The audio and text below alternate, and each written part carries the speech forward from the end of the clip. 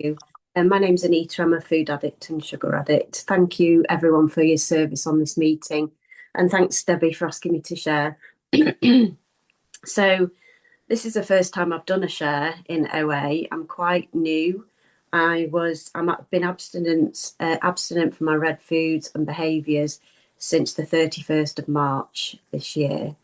So, I what I want to do, if I can, is try and think what I needed to hear when I came in. I came in probably in 2023 first, and I've been in and out a little bit. But what did I need to hear? So I'm going to try and concentrate on that. But when I was younger, I can't really remember being a food addict as a small child, which I know is often the experience. I was a very skinny, sporty kid, and I do probably remember the odd time when I ate too much. We used to have these family lunches, and my mum still does this, where she puts all the food on the table and you just help yourself. And now I can't do that. I need a plate of food. I know that now. So I used to overeat in those circumstances. So, but that was sort of only a small part of my story. I think I had a difficult, some aspects of my childhood were difficult. I had a difficult relationship with my older sister. She wasn't really that happy that I was there, that I was born, and she made it quite clear that that's how she felt for a really long time. So that affected a lot of my self-esteem, and I was quite a happy kid, but that really affected me, my self-esteem and self-worth and things like that. So I think that did have some kind of an impact. But when I sort of noticed, I think this is important, although it's not overeating, I did start smoking cigarettes when I was quite young. And then from there went on to drinking too much alcohol. So I think I've always used something else to emotionally regulate, no matter what it was, really. And I think that's quite common. I do remember, looking back, I do remember in when I was pregnant with my first daughter, I had stopped the other things like smoking and drinking. So I remember binge eating when I was pregnant, but I didn't realise it was binge eating until I looked back. I used to eat things that weren't cooked properly, and I ate just huge amounts, huge portions that I didn't need. Looking back, I didn't. I used to think I'm eating for two, but actually I was eating for a lot more than two. Um, and then after that, I went back to my other things, and the food kind of took a slight backseat. It was a slight backseat, though. I've always been a binger and restrictor, no, my whole adult life. So I, put some weight on, and then I restrict again, and it's a real yo-yo dieter. I've been to paying ways. I've done all the things. I remember, a lot of the time, my mum would say to me if I was going over for lunch, she'd say, "What are you eating? What are you eating at the moment?" Because I was always doing something. There was always, I was always not eating that, or would eat loads of something else. It was always, or I was eating everything, and it didn't matter. I couldn't do anything in between. I was either restricting or binging, and that's been my story. Um, so when I think I really noticed the food creeping in is even more so than it already had my whole life.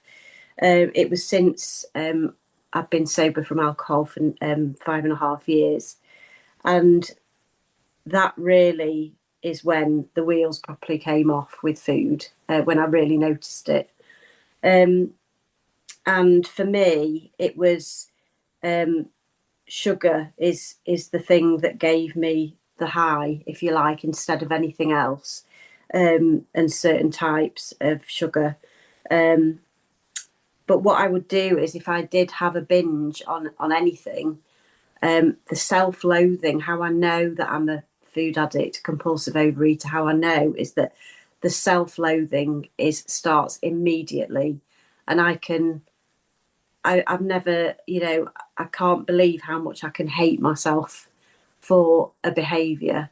And so instantly, it's almost instant. As soon as I've eaten the food, I instantly start beating myself up. How could I have done that? I can't believe I've eaten that again. And I said I wasn't going to, and it just goes on and on and on. And it's the same with anything, any kind of addictive behaviours. I just can tear myself to absolute shreds. And it's really unkind. I would never speak to a friend or family member the way I speak to myself. So I know that I am definitely in the right place. Um, so I came into the rooms of Overeaters Anonymous. I think I was trying to work it out last night. I think it was after Christmas in 2023. And Christmas, I mean, it's good to be talking about it now. The food is everywhere, and I think I'd probably had a Christmas where I just had whatever I wanted, and I know that makes me feel absolutely terrible, mentally terrible, physically awful as well. Um, so I came in, I had a lovely sponsor, and I did get some abstinence, but then I went back out again. I can't remember how much abstinence I had. I really can't. And then I did it again. I came in, started working the steps, and went back out again. I just wasn't ready. There was nothing wrong with the people that were sponsoring me. It was just me that wasn't ready. Um, so um,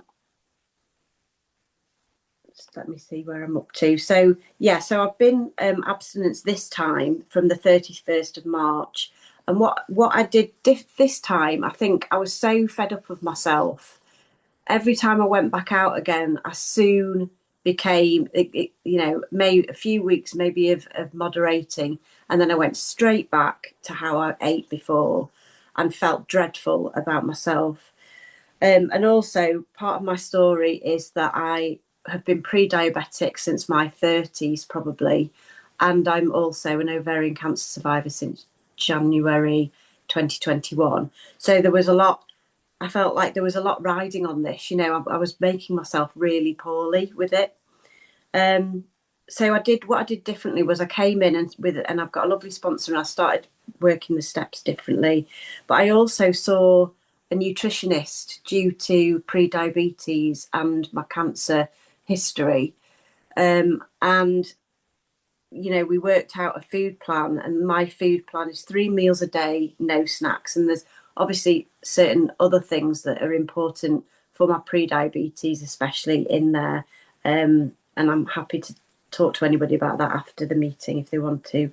But I had to decide which was my red food, and my red food is without a doubt sugar. And also, there's some other foods that you would think were, I know we don't mention foods in this meeting, but you would think they were health foods. They're branded as health foods in the shop, and I can binge eat those foods like you've never known. So like carbohydrate and fat together, shall we say? Um, I just can't stop once I start. And there's certain other types of food that I know I binge on. I know that I don't just have a small portion. So they have gone on my red list. But one of the big things that's gone onto my red list is food behaviours, which I've never thought about before I came into OA. And the food behaviours that really that I can do is pinching the kids' food. When I'm putting the kids' food out, I'll eat some of their food. I'll eat the leftovers. When the plates come back into the kitchen, if there's food left on it, I would eat the food that was on the plate. And having structured meal times has, because I could just eat all day. I'll just keep snacking on little things that I'm not hungry. I really know this. I'm not hungry. It's about emotional regulation. I'm trying to regulate myself by eating things, by chewing something all the time. Um, and I know that's not the answer now. So it was really interesting to me when people spoke in these meetings about food behaviours, and that's really helped. And I generally am pretty good at not doing those anymore. I've had the odd slip, but I've also been very aware of why, if I've had a little slip, why that is. And it's often because I'm struggling emotionally, struggling with, Your 5 minutes left. thank you, struggling with um, maybe a family member is often a bit of a trigger for me. So it's important that I start to notice those things. And the other thing that I've really noticed is how instead of eating food, I will become very busy. So I will not sit down. Instead of sitting down in the evening, downing tools after I've fed everybody and done that sort of kind of stuff, I just keep going. And I've really started to become much more conscious about that. Um, so what do I do now? I work with a lovely sponsor, and we're working through the steps, the big book way, through the 12 Steps Together website. It's been a really different experience to before, much more structured, which for me, I really need that structure.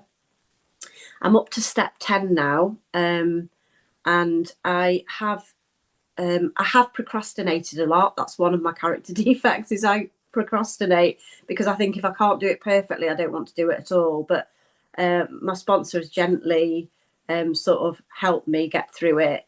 And now I'm on step 10. What's really helped me is doing outreach. My sponsor told me I had to do 2 outreach calls a day. And I was horrified. I did not want to do outreach. I was horrified at the thought of ringing somebody I didn't know and um, saying things that were on my mind was really difficult, but I made myself do it. And I can't believe how much better I feel when I do it now. I try and do it in the morning because I find that if I don't do my outreach first thing when things are bothering me, I don't tend to do it. So that's a real something I need to look out for.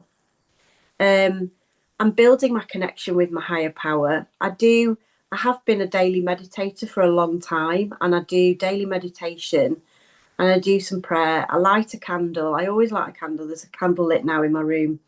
And I just feel more of a connection. But I do find the God word difficult. I still find it hard.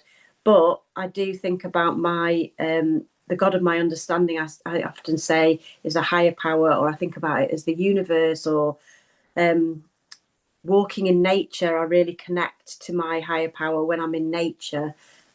So it's when you look up at the sky and see the stars or the moon, it's all those things, or a bird in the garden. That's my higher power, that kind of connection.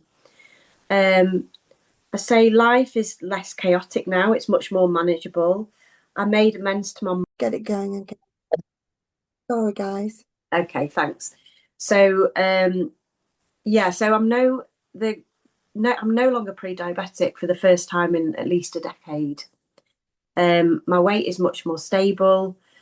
Um, I um, I went on holiday. I just wanted to say this to finish. I went on holiday in June to an all-inclusive holiday um, with my husband, and I stayed abstinent the whole time. And I was able to access online meetings while I was away.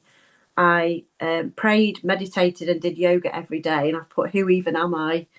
I feel better, and my mind is clearer, and I do trust myself now, and I just feel lighter um, and better generally. So I'm so grateful to Overeaters Anonymous and everybody that's helped me in here. And I think I'll leave it there. Thanks for listening, and thanks for your service, everyone.